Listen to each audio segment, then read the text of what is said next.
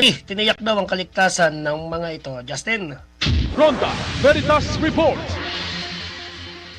Maraming salamat mga kapanaliga. Binigyan diin ni Chairman Emeritus ng Alyansa Bantay Kapayapaan at Demokrasya o ABKD na si Dr. Jose Antonio Guisha ang kahalagahan ng tamang pangangalaga sa kapakanan ng mga kabataan.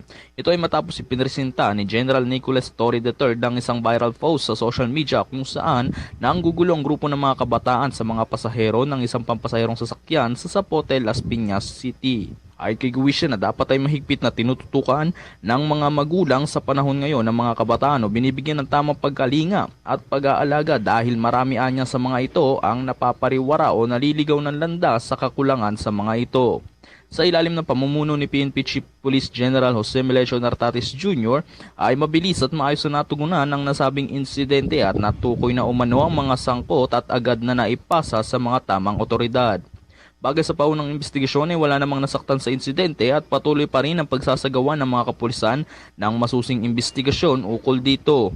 Kaugnay nga nito ay pinabulaanan din ni Guisha mga komento sa nasabing post sa social media na humihina na anya ang seguridad at pagtiyak ng mga kapulisan sa kapayapaan at kaligtasan ng mga mamamayan.